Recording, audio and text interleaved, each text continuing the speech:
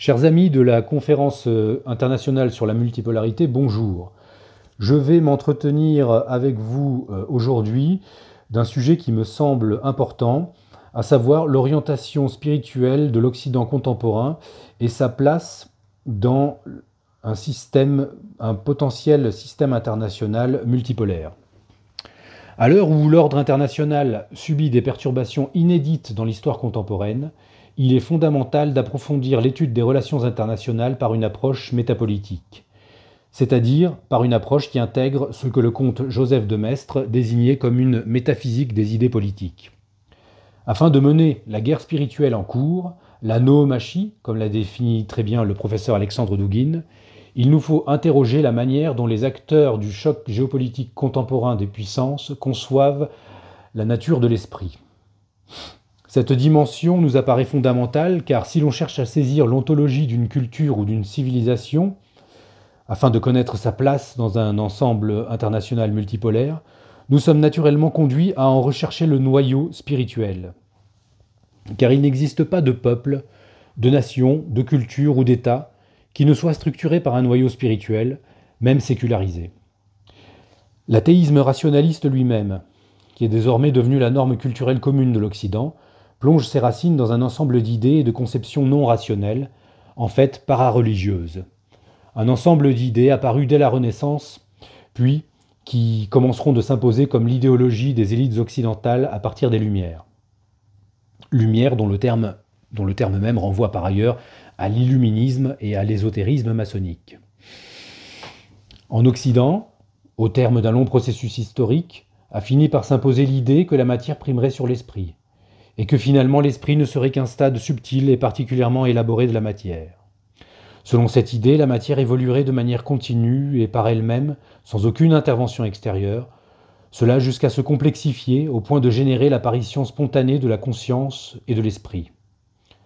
Dans cette vision évolutionniste d'une existence sans réelle cause spirituelle première, sans arché, comme l'a dénommé les Grecs, la vie, la conscience et l'esprit ne seraient que des stades successifs d'une même matière auto-créée et auto-organisée, sans intervention extérieure.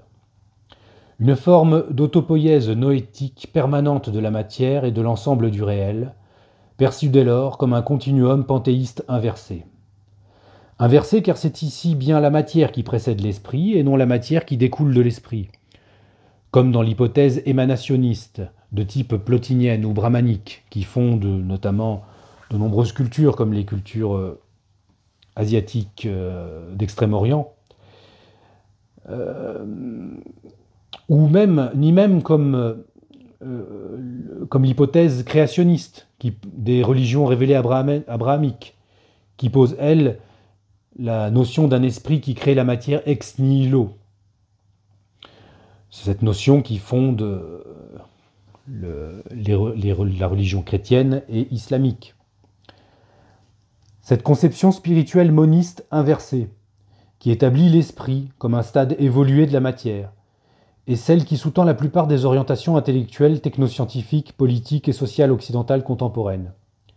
Des personnalités fondatrices de l'actuel système de gouvernance globale qui régit désormais l'Occident sont ou ont été imprégnées par cette orientation philosophique moniste. Parmi tant d'exemples, citons ici l'influent et éminent biologiste britannique Julian Sorel Huxley, premier directeur général de l'UNESCO, eugéniste et darwinien militant, qui fut le père du terme transhumanisme. Son grand-père, Thomas Henry Huxley, ami et proche de Darwin, avait déjà forgé au XIXe siècle le terme d'agnosticisme, précisément dans le contexte de la confrontation intellectuelle entre l'évolutionnisme darwinien naissant et l'ordre spirituel établi de la fin du XIXe siècle. C'est cette orientation spirituelle, de type matérialiste moniste, qui constitue l'arrière-fond philosophique de la plupart des grandes orientations de société que poursuit actuellement l'Occident.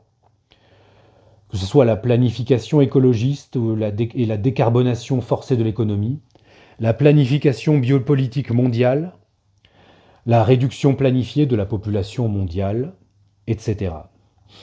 Des orientations qui ne sont par ailleurs pas toutes forcément mauvaises, par exemple celles qui ont à voir avec l'assainissement de l'environnement, mais qui sont imposées sans alternative ni discussion possible, et surtout par les mêmes forces qui sont généralement à l'origine des dérèglements écologiques planétaires. Citons ici par exemple la famille Rockefeller, dont la fortune s'est construite au XIXe puis au XXe siècle sur le pétrole, et donc sur la géopolitique impérialiste qui lui est liée. La fondation Rockefeller pilote aujourd'hui une grande partie de la transformation énergétique post-pétrole de l'industrie occidentale. Elle est aussi en pointe de l'agenda de décroissance démographique au sein de la gouvernance mondiale depuis 1945. Il faut toujours garder à l'esprit que désormais l'orientation spirituelle des élites occidentales est constituée par ce matérialisme spiritualiste moniste. Extérieurement, l'Occident peut continuer d'être perçu comme un club chrétien. Mais c'est désormais inexact, car ces élites sont essentiellement transhumanistes et auto-messianiques. L'Occident politique et stratégique est donc désormais post-chrétien et transhumaniste.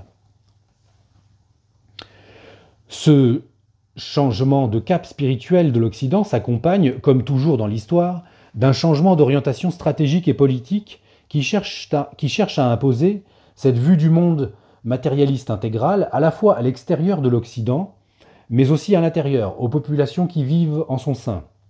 Des populations qui sont encore pour une partie d'entre elles attachées au socle de valeurs chrétiennes sécularisées qui structuraient encore l'être collectif occidental jusqu'à il y a peu.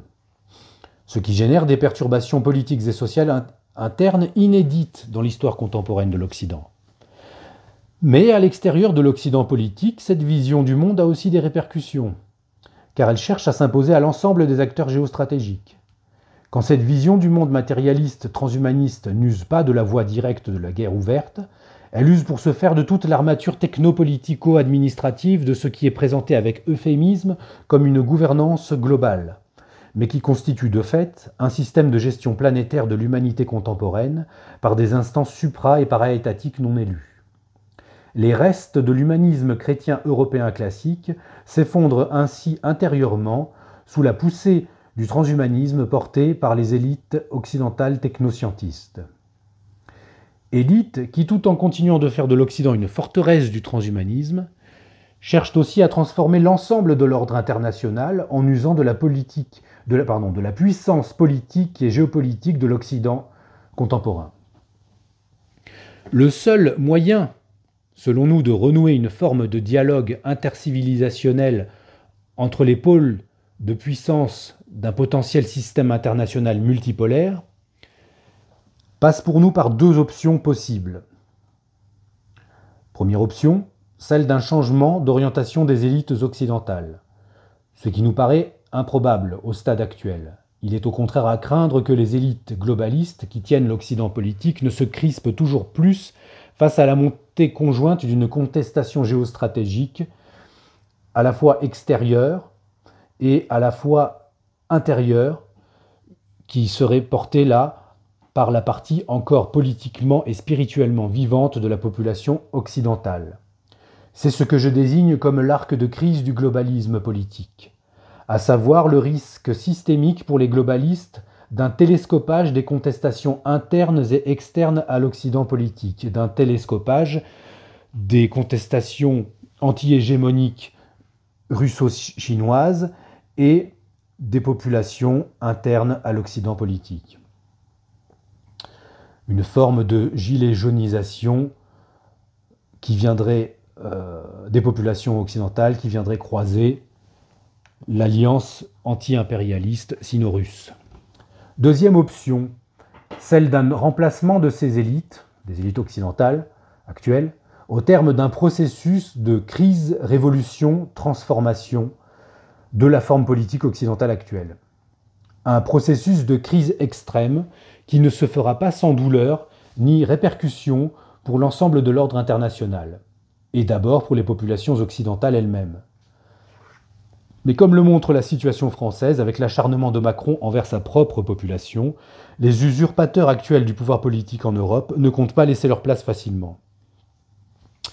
C'est pourtant à un tel processus de circulation des élites occidentales que doivent pousser conjointement toutes les forces qui travaillent à un ordre du monde réellement multipolaire et post-globaliste. Si les élites occidentales changent, alors un dialogue, même spirituel, même théopolitique, sera à nouveau possible à l'échelle mondiale.